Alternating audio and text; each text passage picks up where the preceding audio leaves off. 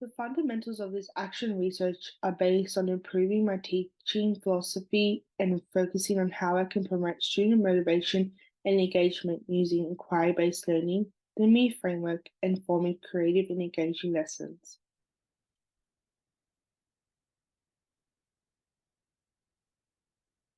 The action research is based on an inner Western Sydney Middle SES Government Primary School.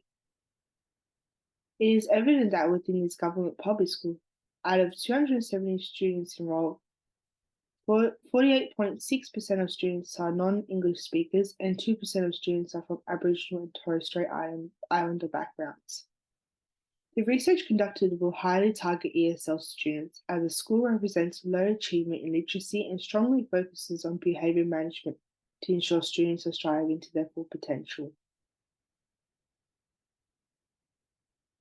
The school's philosophy focuses on student well-being, crunch and sip time, topic talks, ICT, and positive behaviour for learning integrated in a stage 3 classroom setting. To promote student well-being, the classroom displays safe, decorative, and welcoming demeanours, where breakout rooms were accessible to students who felt they needed to separate from the mainstream classroom from time to time. This research and the ME framework will be implemented to ensure students work on their engagement and motivation to learn using PBL, creativity, and the integration of the school's behaviour management flowchart. During my first practicum, the teacher's philosophy, classroom, and students strongly aligned with the school's approach. The action research facilitates an all-round approach that focuses on building motivational skills and determination to excel in their learning. A formation of self-confidence and student engagement allows young learners to develop a sense of belonging and emotional commitment to learning, and this is the core to educational success.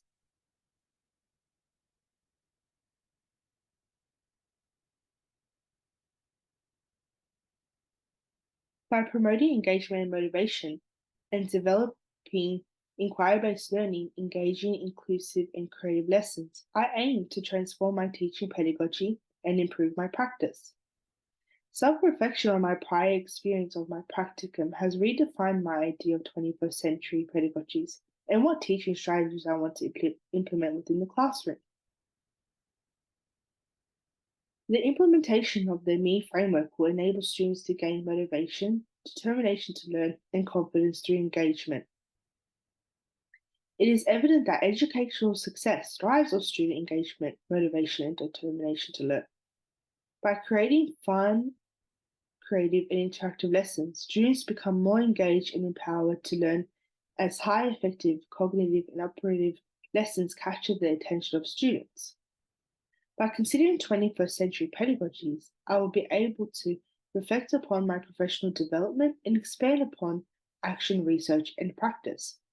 Therefore, by considering self-reflection as an educational tool within pedagogy, it can be used to make improvements in my teaching practices.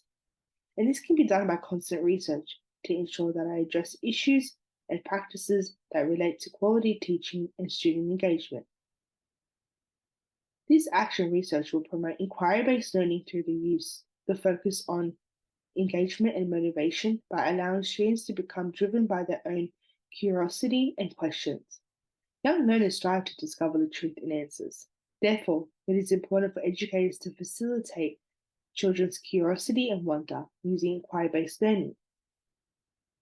Please refer to the following slides that are based on 3 consecutive English lessons that promote student motivation and engagement using inquiry-based learning, and consider the ME framework to provide students with creative and engaging lessons.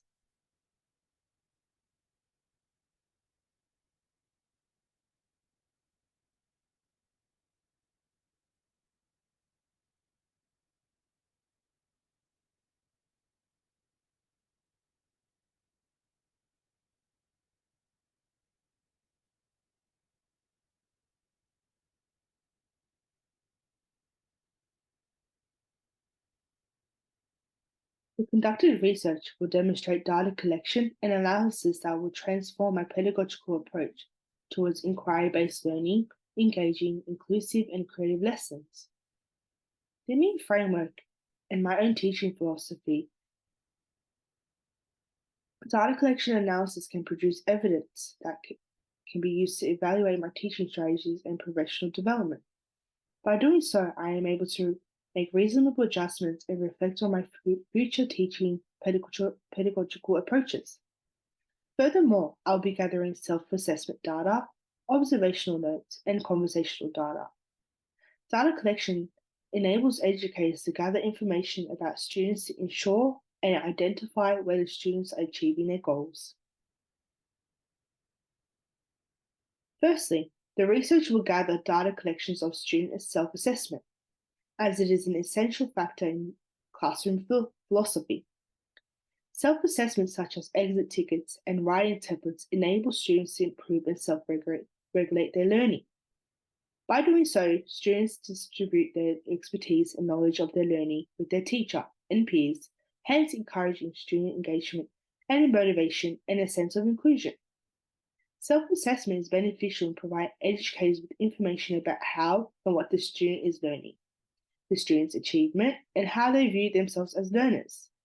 Additionally, the REAL framework aims to use student engagement and self-assessment as a way of assisting educators in establishing reflective learning environments and pedagogies. This enables students to become independent learners and use inquiry-based learning. Therefore, student self-assessment supports the three dimensions of student engagement that relate to effective, cognitive, and operative learning experiences. Secondly, data collection of observational note templates measures student learning and can integrate the three dimensions of the Me framework.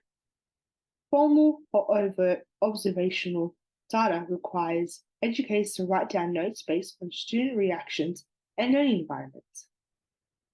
Data collection would require teachers to plan and structure their observations depending on the systematic insight that they want into their students' learning experience.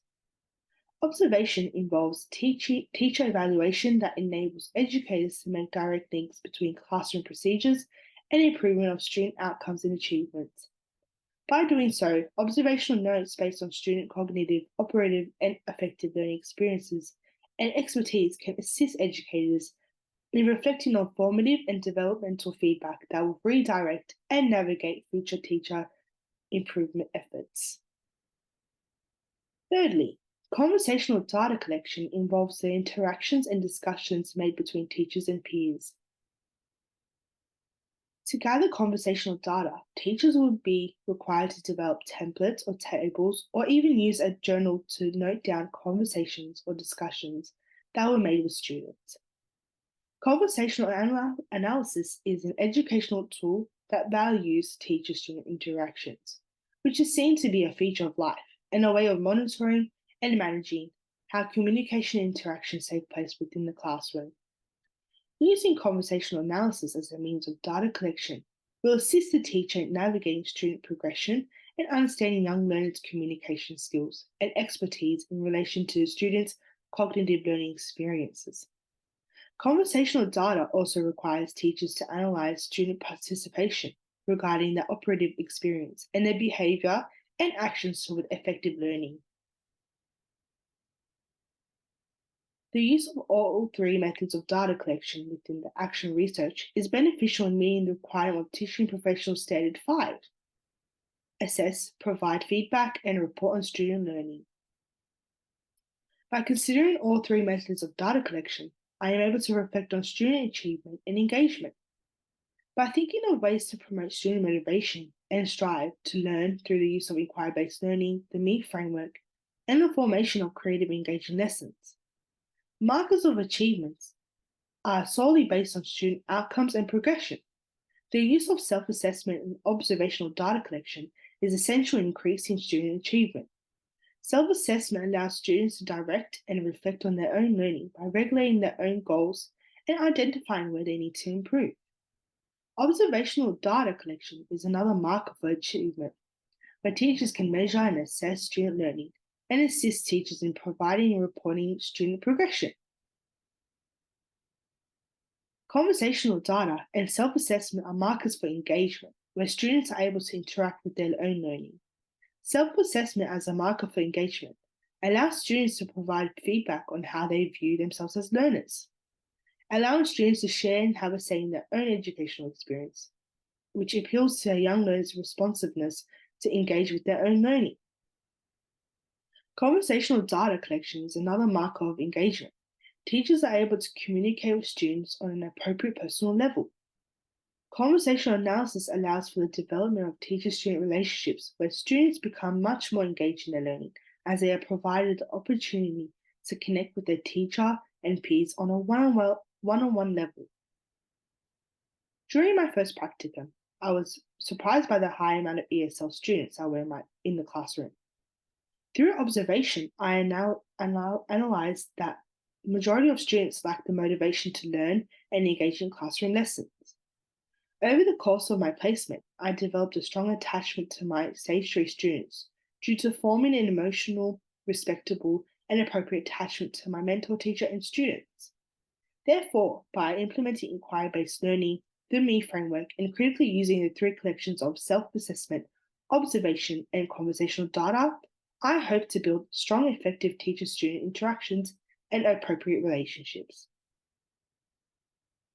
Additionally, the action research enabled me to strongly reflect on Standard 3, requiring teachers to plan for and implement effective teaching and learning. Standard 3.2, plan, structure, and sequence learning programs. Standard 3.3, use teaching strategies. And lastly, but not least, Standard 4, which requires teachers to create and maintain supportive and safe learning environments.